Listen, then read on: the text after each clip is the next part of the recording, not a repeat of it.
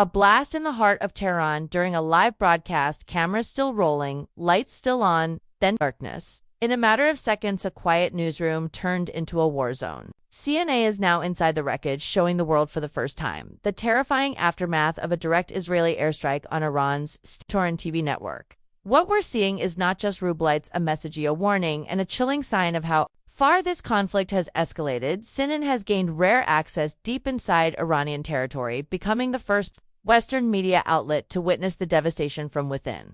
Their cameras now take us inside the shattered walls of the Islamic Republic of Iran. Broadcasting building gaunt's a powerful symbol of state media, now a hollow shell blackened by fire. Shattered glass and scorched steel. Reporter Pleitgen stands among the remains, describing a scene that looks more like a battlefield than a broadcast studio.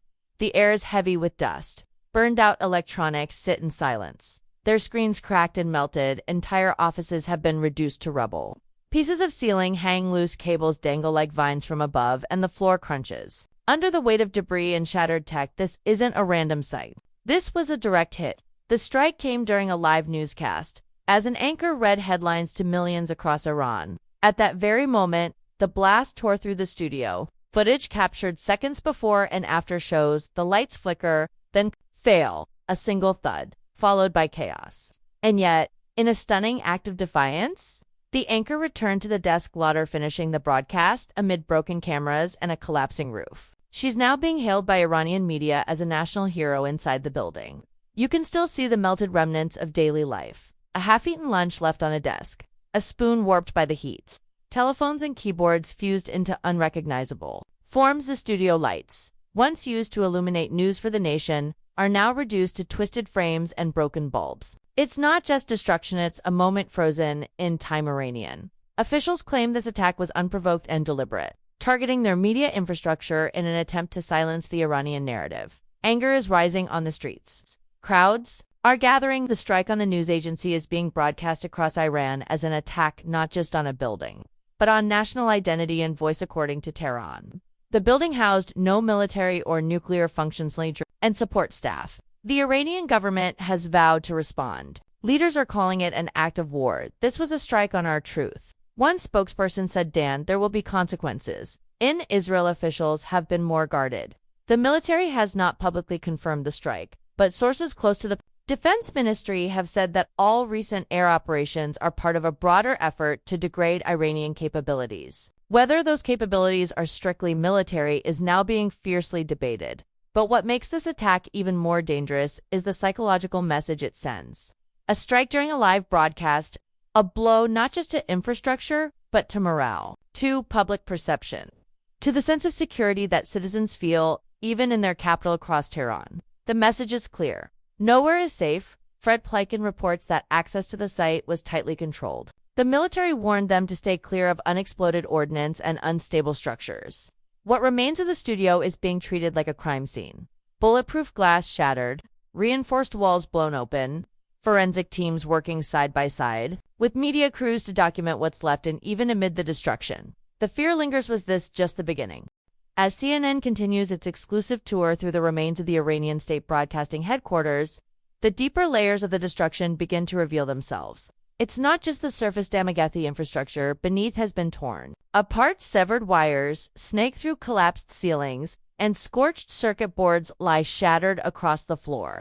The studio's bustling control rooms, filled with blinking lights and the hum of machines, are now silent, covered in ash, with melted screens that tell the story of just how intense the explosion was. Authorities believe the strike was executed with precision. According to Iranian military sources, this wasn't a random missile. It was targets had collided and aimed to disrupt.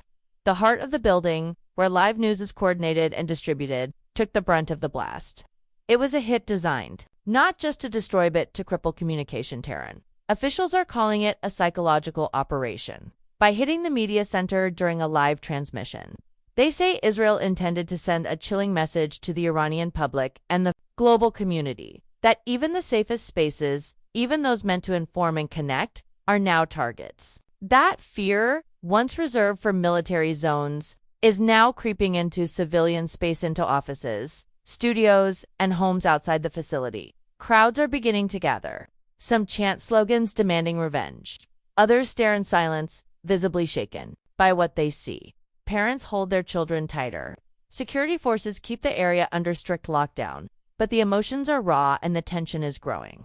The Iranian government has promised retaliation, but how and when remain unknown. One official said simply, "This is not the end of the story." Meanwhile, intelligence analysts across the globe are closely watching what this means for the already fragile balance in the Middle East. The strike on the Iranian media complex comes just days after reports surfaced of Israeli operations near Iran's Arak heavy water reactor, a key site in the country's nuclear program. The timing is no coincidence. Israel appears to be escalating its campaign, targeting not just military and nuclear infrastructure, but now media and psychological strongholds.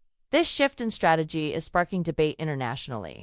Some Western leaders are urging caution, warning that such actions could provoke a all-out war.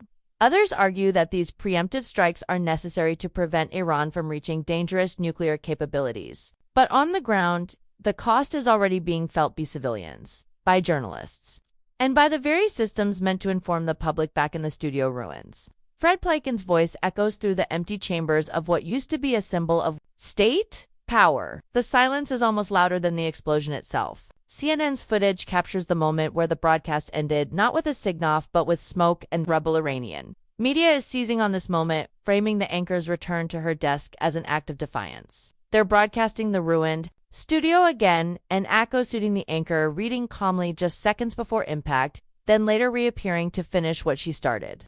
It's become a symbol of resistance. But it's also a reminder of how close Iran came to losing one of its primary channels of communication in the blink of an eye. Israel, for its part, remains tight-lipped. The Israeli Defense Forces (IDF) have neither confirmed nor denied the attack. But Defense Minister Israel Katz has stated that all strategic targets inside Iran are now within reach. He says the Israeli military has been instructed to intensify efforts, and strikes will continue as long as Iran's missile infrastructure remains a threat. Yet this escalation is not without consequence. Missiles from Iran have also struck back, hitting civilian areas inside Israel, even a hospital complex.